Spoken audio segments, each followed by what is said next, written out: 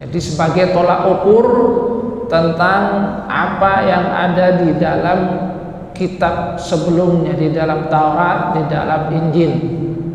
Karena sebagaimana yang sudah diisyaratkan bahwa ada tahrif, ada perubahan-perubahan yang dilakukan oleh umat dari Nabi Musa alaihi salam terhadap kitab Taurat, dan juga ada tahrif, perubahan yang dilakukan oleh umat Nabi Isa yang tidak bertanggung jawab terhadap kitab Injil.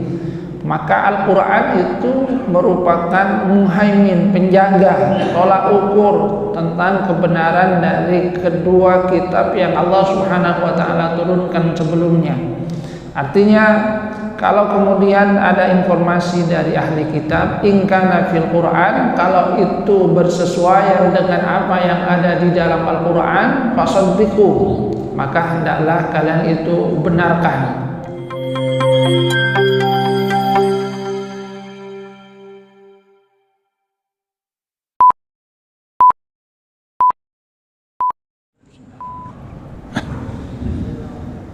Assalamualaikum warahmatullahi wabarakatuh. Innal hamdalillah nahmaduhu wa nasta'inuhu wa nastaghfiruh wa na'udzu billahi min shururi anfusina wa min sayyiati a'malina. May yahdihillahu fala mudilla lahu wa may yudlil fala hadiya lahu. Ashhadu an la ilaha illallah wahdahu la syarika lah wa ashhadu anna Muhammadan abduhu wa rasuluhu la nabiyya ba'dah. Allahumma salli ala Muhammad wa ala ali Muhammad kama sallaita ala ali Ibrahim innaka Hamidum Majid. Allahumma barik ala Muhammad wa ala ali Muhammad kama barakta ala ali Ibrahim innaka Hamidum Majid. Rabbi shrah li sadri wa yassir li amri wahlul 'uqdatam min lisani yafqahu qawli, amma ba'd. Hadirin jamaah salat subuh rahimakumullah. Alhamdulillah, kita bersyukur kepada Allah Subhanahu wa Ta'ala karena Allah Subhanahu wa Ta'ala masih memberikan kita nikmatnya, nikmat sehat, bangun di pagi hari dalam keadaan nyaman, bisa beraktivitas, dan nikmatul iman karena kita diberikan oleh Allah Subhanahu wa Ta'ala kemampuan untuk menggunakan kesehatan ini di dalam rangka untuk kebaikan, beribadah, melaksanakan sholat subuh berjamaah, mengkaji ayat-ayat Allah Subhanahu wa Ta'ala. Hadirin jamaah sholat subuh rahimakumullah, kita lanjutkan kajian di surah Al-Maidah. Firman Allah Subhanahu wa Ta'ala di ayat yang ke-48, a'udzubillahi minasyaitonir rajim. Wa anzalna ilaikal kitaba bil haqqi musaddiqan lima baina yadayhi minal kitabi wa muhaiminan 'alaihi. Fahkum bainahum bima anzalallah wa la tattabi' ahwa'ahum amma ja'aka minal haqq. Likullin ja'alna minkum syir'atan wa minhaja. Walau syaa Allahu la ja'alakum ummatan wahidatan walakin liyabluwakum fima atakum fastabiqul khairat ila Allahi marji'ukum jami'an fayunabbi'ukum bima kuntum fihi takhtalifun. Setelah Allah Subhanahu wa Ta'ala menjelaskan tentang kedudukan dari kitab Taurat dan juga kitab Injil, bagaimana kitab Taurat itu merupakan pedoman bagi orang-orang pengikut Nabi Musa alaihi salam dari Bani Israel, dan juga bagaimana Injil Allah Subhanahu wa Ta'ala turunkan juga sebagai petunjuk bagi umat dari Nabi Isa alaihi salam. Maka Allah Subhanahu wa Ta'ala kemudian menjelaskan tentang Al-Quran yang Allah Subhanahu wa Ta'ala turunkan kepada Nabi Muhammad sallallahu alaihi wasallam. Allah Subhanahu wa Ta'ala katakan, wa anzalna ilaikal kitaba bil haqq, dan kami turunkan kepadamu al-kitab, kitab yaitu Al-Quran, bil haqq, dengan kebenaran. Kebenaran bahwasanya Al-Quran itu diturunkan oleh Allah Subhanahu wa Ta'ala, zat yang maha benar, melalui malaikat Jibril yang juga menyampaikan secara benar, dalamnya itu mengandung kebenaran, tidak ada keraguan di dalamnya, la raiba fi. Dan Allah Subhanahu wa taala katakan musaddiqan lima baina yadayhi, untuk membenarkan kitab-kitab yang datang sebelumnya.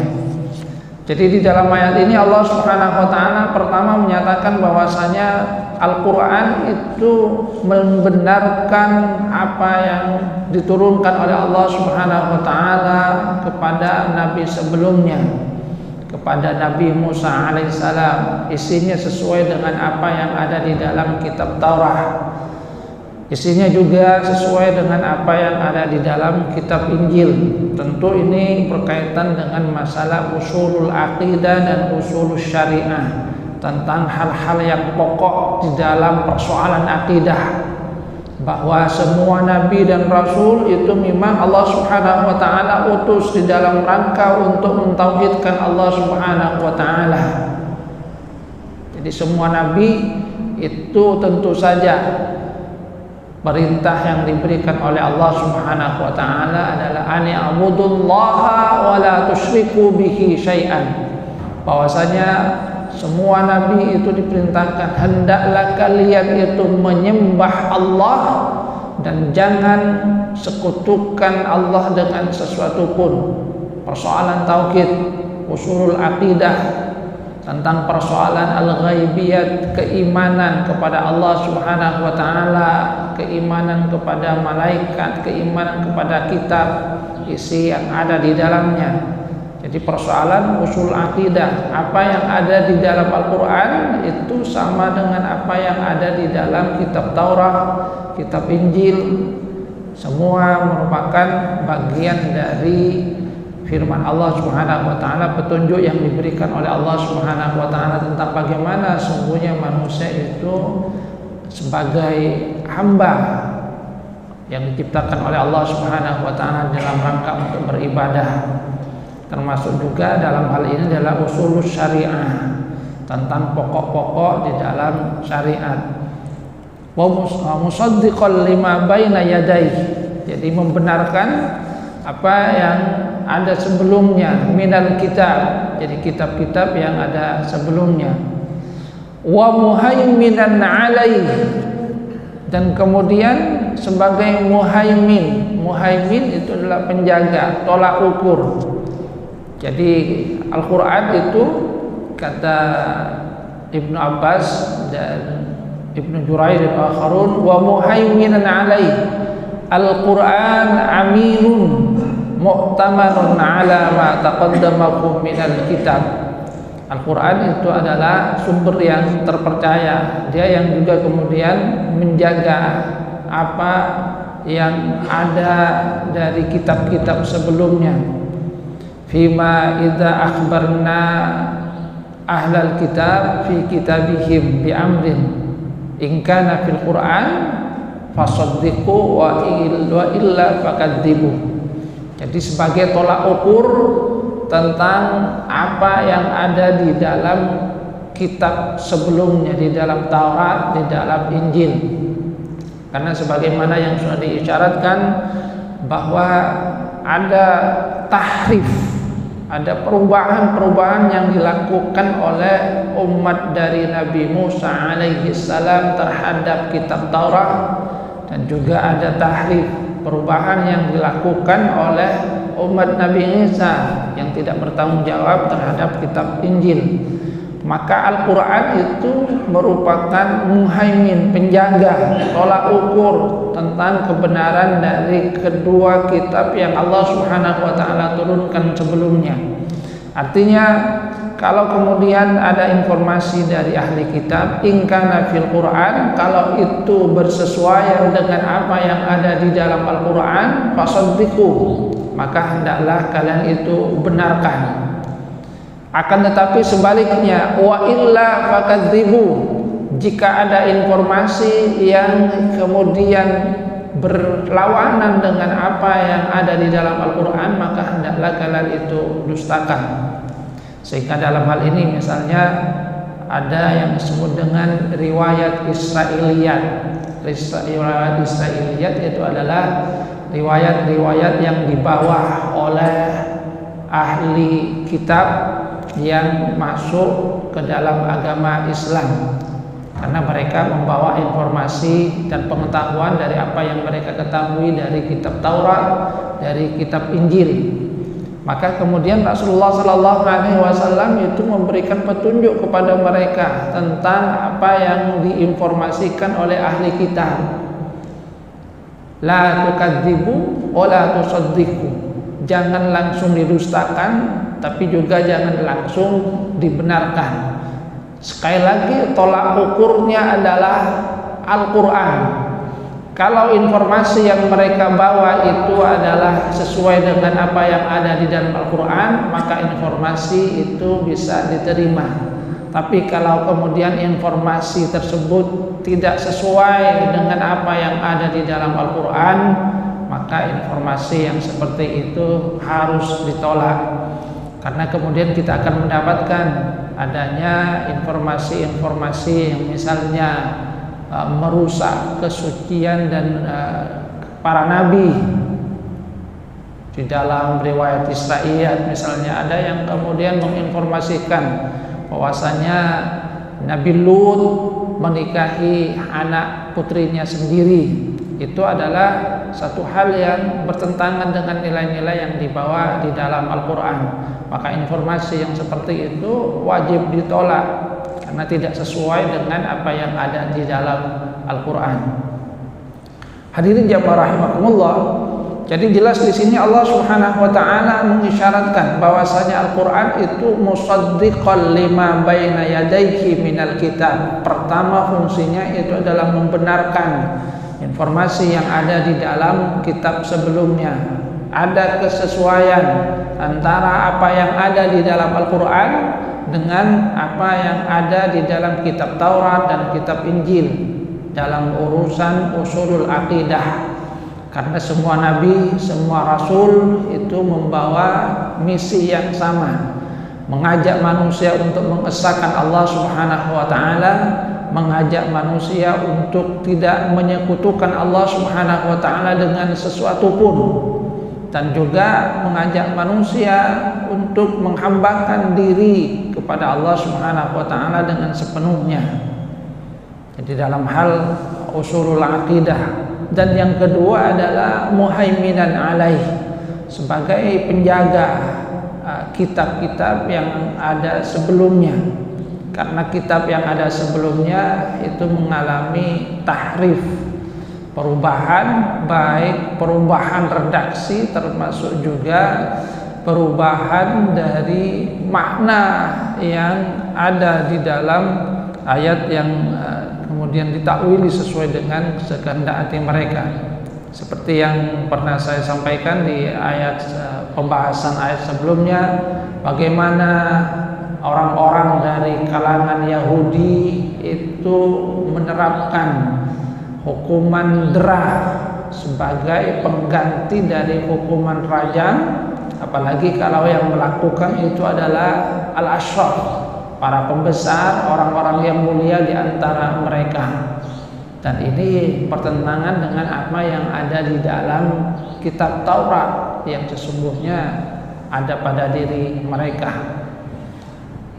Hadirin jamaah rahimakumullah. Jadi itu yang kemudian Allah Subhanahu wa taala tegaskan tentang Al-Qur'an. Karena itu kemudian Allah Subhanahu wa taala katakan fahkum bainakum bima anzalallah, maka hendaklah kalian itu putuskan di antara mereka dengan apa yang diturunkan oleh Allah.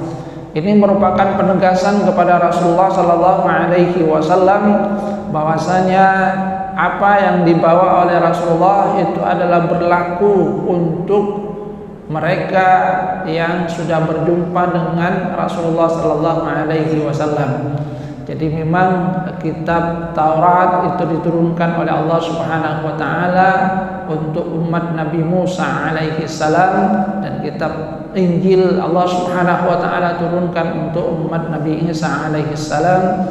Akan tapi ketika mereka itu sudah berjumpa dengan Nabi Muhammad sallallahu alaihi wasallam, maka mereka itu diperintahkan untuk mengikuti Nabi Muhammad sallallahu alaihi wasallam. Karena risalah yang dibawa oleh Rasulullah sallallahu alaihi wasallam itu adalah risalah untuk seluruh umat manusia. Sementara risalah yang Allah Subhanahu wa taala turunkan kepada Nabi Musa alaihi salam, sebagaimana yang sudah disampaikan di dalam ayat sebelumnya, itu adalah untuk Bani Israel, untuk umatnya Nabi Musa alaihi salam. Ketika datang Nabi Isa, Allah Subhanahu wa taala turunkan Injil yang di dalamnya ada perbaikan, penambahan hal-hal yang berkaitan dengan syariat untuk umat Nabi Isa alaihi salam, dan itu adalah khusus untuk umat Nabi Isa alaihi salam. Sementara Al-Quran Allah Subhanahu wa taala turunkan untuk seluruh umat manusia. Dan ini kemudian bisa kita lihat dari apa yang Allah Subhanahu wa taala isyaratkan dalam ayat ini. Fahkum bainahum bima anzalallah. Maka hendaklah kamu putuskan di antara mereka dengan apa yang Allah turunkan. Jadi Rasulullah sallallahu alaihi wasallam diperintahkan oleh Allah Subhanahu wa taala untuk memutuskan di antara mereka, termasuk kepada Bani Israel yang sudah masuk Islam, kemudian supaya Allah Subhanahu wa taala, kata Allah, utus mereka dengan apa yang diturunkan oleh Allah, yaitu apa yang ada di dalam Al-Qur'an. Wala tattabi ahwa'ahum amma ja'aka minal haq. Jangan kamu mengikuti hawa nafsu mereka yang mencoba untuk memalingkan dari kebenaran. Karena mereka kemudian menginginkan agar apa yang diputuskan oleh Rasulullah sallallahu alaihi wasallam sesuai dengan hawa nafsu mereka. Seperti kasus yang sudah kita bahas di ayat sebelumnya, mereka datang kepada Rasulullah sallallahu alaihi wasallam menanyakan tentang persoalan salah satu petinggi mereka, orang mulia di antara mereka yang melakukan perzinaan, zina muhsan. Ketika itu kemudian mereka katakan, kalau Muhammad itu memutuskan dengan putusan dera maka terima, tapi kalau dia memutuskan dengan putusan rajam maka hendaklah kalian itu menolaknya. Ini merupakan satu standar ganda. Mereka datang kepada Rasulullah SAW meminta untuk diberikan putusan, akan tetapi sudah ada persekongkolan di antara mereka. Kalau putusannya sesuai dengan hawa nafsu mereka, yaitu cuma putusannya adalah hukuman dera, maka mereka menyatakan terima itu. Tapi kalau putusannya adalah hukuman rajam, sudah tolak. Jadi keinginan mereka adalah supaya diberikan hukuman yang ringan sesuai dengan apa yang memang mereka inginkan. Tapi Allah Subhanahu wa taala menegaskan, fahkum bainakum bima anzalallah wala tattabi ahwa'ahum. Jangan sampai mengikuti keinginan mereka. Kenapa demikian? Karena Rasulullah sallallahu alaihi wasallam itu kan sangat menginginkan semua manusia itu memeluk agama Islam. Jadi Rasulullah menginginkan agar semua manusia itu memeluk agama Islam. Jadi jangan sampai kemudian keinginan itu membuat Rasulullah sallallahu alaihi wasallam mengikuti hawa nafsu mereka, kehendak mereka, supaya mereka misalnya masuk Islam kemudian dituruti. Tidak. Allah Subhanahu wa taala tegaskan, jangan ikuti keinginan mereka, jangan ikuti hawa nafsu mereka. Karena mereka menginginkan putusan itu sesuai dengan hawa nafsu mereka. Kalau berat kemudian mereka tolak, kalau ringan sesuai dengan apa yang mereka pikirkan, maka mereka akan menerimanya. Ini yang kemudian diingatkan oleh Allah Subhanahu wa taala. Ini bukan berarti kemudian Rasulullah sallallahu alaihi wasallam akan mengikuti mereka, akan tapi merupakan satu peringatan, termasuk juga satu ibrah bagi umat Nabi Muhammad sallallahu alaihi wasallam sebagai pewaris dari Rasulullah sallallahu alaihi wasallam manakala mengalami persoalan yang sama. Karena Al-Qur'an itu adalah petunjuk bagi Rasulullah sallallahu alaihi wasallam dan umatnya. Jadi ketika menghadapi persoalan yang sama, janganlah kemudian mengikuti hawa nafsu. Jangan karena bujukan, jangan karena rayuan kemudian keluar dari apa yang ditetapkan oleh Allah Subhanahu wa taala. Likullin ja'alna minkum syir'atan wa minhaja. Allah Subhanahu wa taala kemudian menegaskan bahwa pada setiap umat itu ja'alna minkum, kami jadikan syir'atan wa minhaja, syariat atau aturan, wa minhaja, dan jalan yang luas untuk melaksanakan syariat yang ditetapkan oleh Allah Subhanahu wa taala. Jadi pada umat Nabi Musa alaihissalam itu ada syariat yang Allah Subhanahu wa taala tetapkan. Pada umat Nabi Isa itu juga ada syariat yang Allah Subhanahu wa taala tetapkan, dan Allah Subhanahu wa taala menegaskan di dalam ayat ini, likullin ja'alna minkum syir'atan wa minhaja.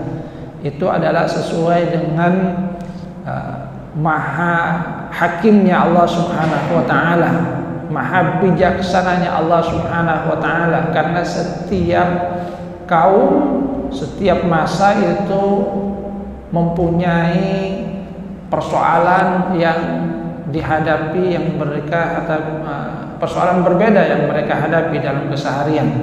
Maka ada sedikit perbedaan dalam furu', dalam persoalan cabang. Walau sya'allahu la ja'alakum ummatan wahidah walakin liyabluwakum fima atakum. Yang kata Allah Subhanahu wa taala, seandainya Allah itu berkehendak maka semua itu diberikan hal yang sama, akan tapi Allah Subhanahu wa taala hendak menguji manusia.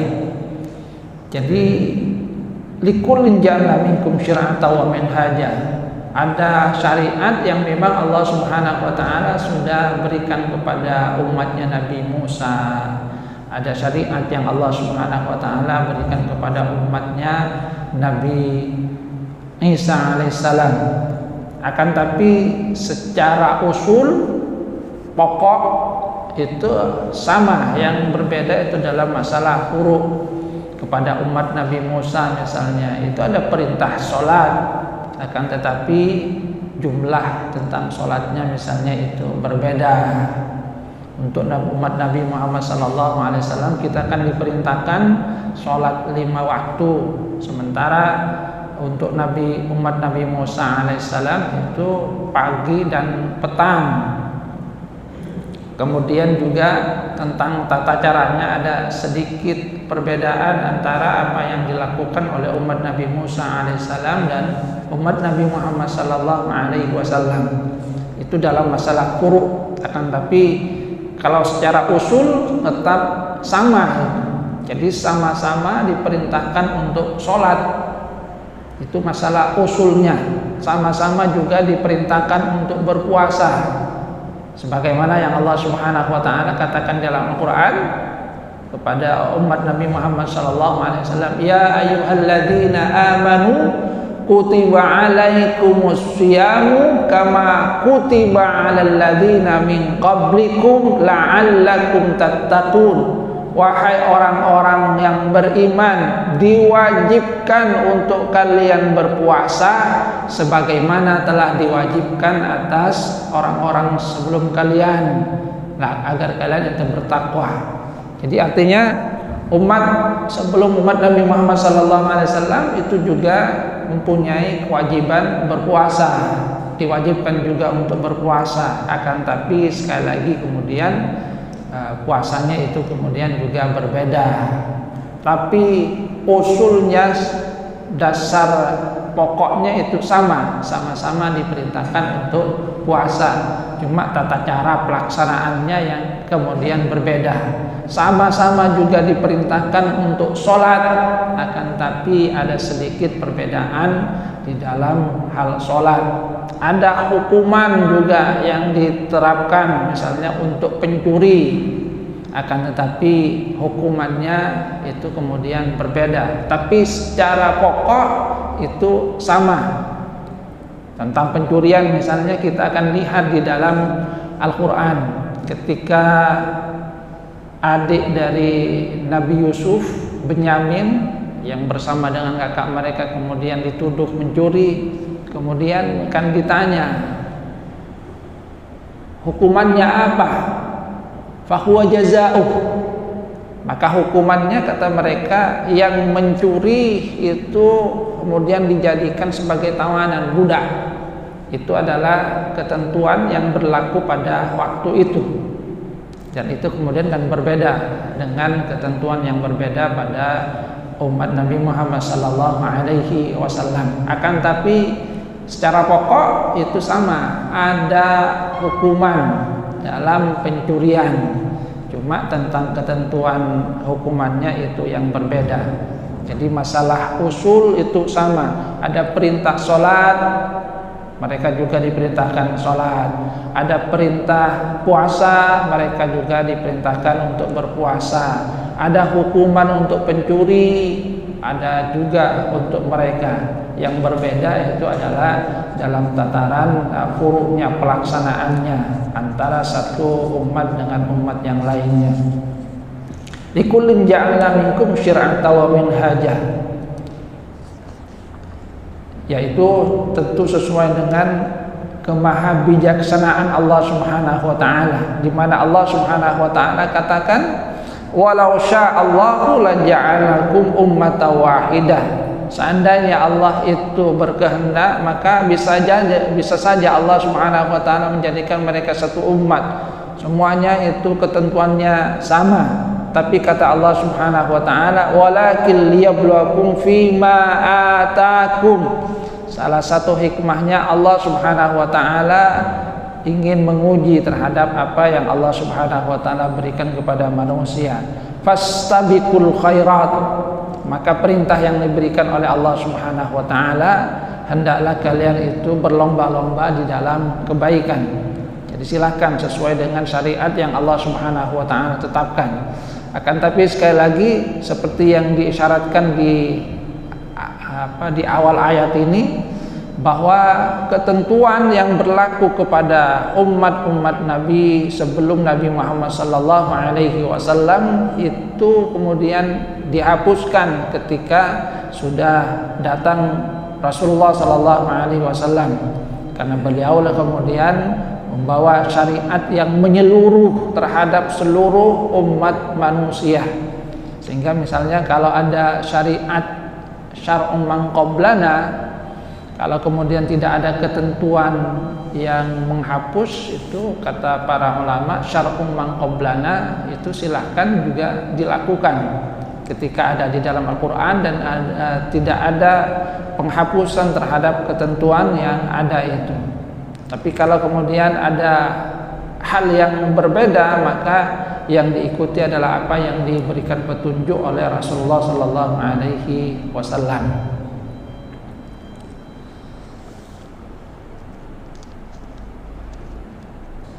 Ilallahi marji'ukum jami'an fayunabbi'ukum bima kuntum fihi takhtalifun. Jadi yang penting kata Allah Subhanahu wa taala, hendaklah manusia itu bergegas, berlomba-lomba di dalam kebaikan. Ini merupakan satu isyarat dari Allah Subhanahu wa taala. Apapun syariat yang telah ditetapkan oleh Allah Subhanahu wa taala kepada umat sebelumnya, termasuk juga kemudian Allah Subhanahu wa taala memberikan ketentuan syariat kepada umat Nabi Muhammad SAW, yang harus dilakukan adalah bergegas untuk melakukan kebaikan, karena nanti manusia itu akan dipertanggungjawabkan. Nah, mempertanggungjawabkan atas semua apa yang mereka lakukan pada saat di dunia. Ilallahi marji'ukum fayunabbi'ukum ilallahi marji'ukum jami'an fayunabbi'ukum bima kuntum fihi takhtalifun. Jadi manusia itu akan kembali kepada Allah semuanya, dan nanti mereka akan diberitahu tentang apa yang mereka perselisihkan. Kemudian kata Allah Subhanahu wa taala, wa anihkum bainahum bima anzalallah wa la tattabi ahwa'ahum wahdharhum ay yaftinuka an ba'di ma anzalallahu ilaik fa in tawallaw fa'lam annama yuridullahu ay yusibahum bi ba'di dhunubihim wa inna katsiran minan nasi lafasiqun. Di lanjutan ayat ini Allah Subhanahu wa taala kemudian kembali menegaskan. Jadi setelah Allah Subhanahu wa taala menegaskan bahwa setiap umat itu ada syariatnya, ada minhajnya, jalan yang lempang untuk bisa melaksanakan syariat yang Allah Subhanahu wa taala sudah tetapkan pada setiap umat itu, Allah kemudian katakan wa anihkum bainakum bima anzalallah, dan supaya Rasulullah sallallahu alaihi wasallam itu memberikan putusan sesuai dengan apa yang diturunkan oleh Allah Subhanahu wa taala. Ini kembali merupakan penegasan dari Allah Subhanahu wa taala bahwa Rasulullah sallallahu alaihi wasallam itu tidak perlu lagi mengikuti syariat ataupun minhaj yang Allah Subhanahu wa taala tetapkan kepada umat sebelum Nabi Muhammad sallallahu alaihi wasallam. Akan tapi apa yang dibawa oleh Rasulullah sallallahu alaihi wasallam itu berlaku untuk seluruh umat manusia, termasuk kepada umatnya Nabi Musa dan umat Nabi Isa alaihissalam yang masih hidup dan mereka bertemu dengan Nabi Muhammad sallallahu alaihi wasallam. Maka bagi mereka yang memang menyadari tentang hakikat dari datangnya Rasul terakhir, itu memang kemudian akan beriman kepada Rasulullah sallallahu alaihi wasallam. Akan tetapi bagi mereka yang kemudian mempunyai rasa hasad karena Nabi yang diutus itu bukan dari kalangan mereka sendiri, maka mereka ada yang tidak beriman kepada Rasulullah sallallahu alaihi wasallam. Karena itu kembali Allah Subhanahu wa taala menegaskan wahdharhum ayyaftinuka an ba'di ma anzalallahu ilaik, hendaklah kamu itu berhati-hati agar mereka itu tidak membuat fitnah kepada kamu terhadap sebagian dari apa yang Allah turunkan kepadamu. Fa in tawallaw fa'lam annama yuridullahu ayyusibahum bi ba'di dzunubihim. Kalau mereka itu berpaling, maka ketahuilah bahwa Allah Subhanahu wa taala ingin memberikan kepada mereka musibah atau ujian karena sebagian dosa yang mereka lakukan.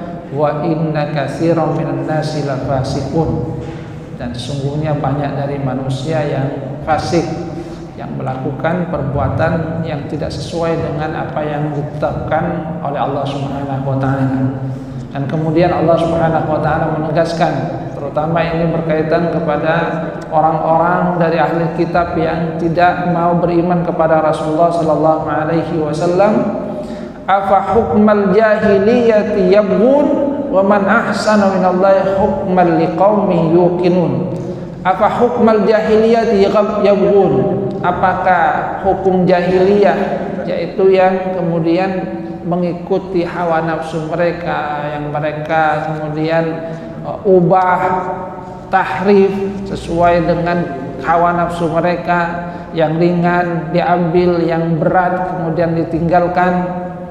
Sebab di dalam Al-Quran Allah Subhanahu wa ta'ala itu kan mengisyaratkan perilaku dari sebagian ahli kitab itu yu'minu bi ba'din wa yakfuru bi ba'd, mereka beriman terhadap sebagian dan kufur terhadap sebagian. Yang ringan mereka imani, tapi yang berat mereka kemudian ingkari. Maka itu isyarat tentang hukmal jahiliyah, hukum yang kemudian didasarkan atas perilaku yang tidak benar, hawa nafsu mereka, hanya mengikuti apa yang menyenangkan mereka. Maka kata Allah Subhanahu wa taala, afa hukmal jahiliyah yabghun, apakah mereka mencari hukum jahiliyah yang seperti itu, yang hanya kemudian mengikuti hawa nafsu mereka? Wa man ahsanu minallahi hukman liqaumin yuqinun. Kata Allah Subhanahu wa taala, hukum yang mana yang lebih baik dari yang Allah Subhanahu wa taala tetapkan bagi orang-orang yang yakin, yang beriman. Orang yang yakin itu akan meyakini bahwa apa yang diturunkan oleh Allah Subhanahu wa taala itu adalah yang terbaik untuk manusia. Karena Allah yang menciptakan manusia, Allah yang menciptakan alam semesta ini, dan Allah Subhanahu wa taala Maha mengetahui tentang apa yang terbaik bagi hamba-hambanya. Dan hanya saja kata Allah Subhanahu wa taala, liqaumi yuqinun, itu bagi orang yang yakin. Bagi orang yang mendustakan, maka tentu mereka hanya ingin mengikuti hawa nafsu mereka. Hadirin jamaah rahimakumullah, jadi itu kedudukan Al-Quran. Al-Quran membenarkan apa yang ada pada kitab sebelumnya. Ada hal yang sama dalam usulul aqidah, usulul syariah, dan kemudian yang kedua adalah sebagai penjaga dan tolak ukur kebenaran yang ada di dalam kitab sebelumnya. Jadi kalau ada informasi yang berbeda dengan Al-Quran, maka yang benar itu adalah apa yang ada di dalam Al-Quran, karena kitab sebelumnya itu sudah mengalami tahrif, perubahan-perubahan yang kemudian disesuaikan dengan kepentingan hawa nafsu mereka. Maka yang ditetapkan oleh Allah Subhanahu wa taala, hendaklah tetap berpegang teguh dengan Al-Quran, bergegas untuk melakukan kebaikan sebagaimana yang Allah Subhanahu wa taala tetapkan. Mudah-mudahan kita bisa mengambil imroh, mudah-mudahan kita juga termasuk dari bagian mereka yang disyaratkan oleh Allah Subhanahu wa taala sebagai istabiqul khairat, bergegas di dalam melakukan kebaikan. Kurang lebihnya mohon maaf. Wabillahi taufiq wal hidayah wa ridha wa inayah. Wassalamualaikum warahmatullahi wabarakatuh.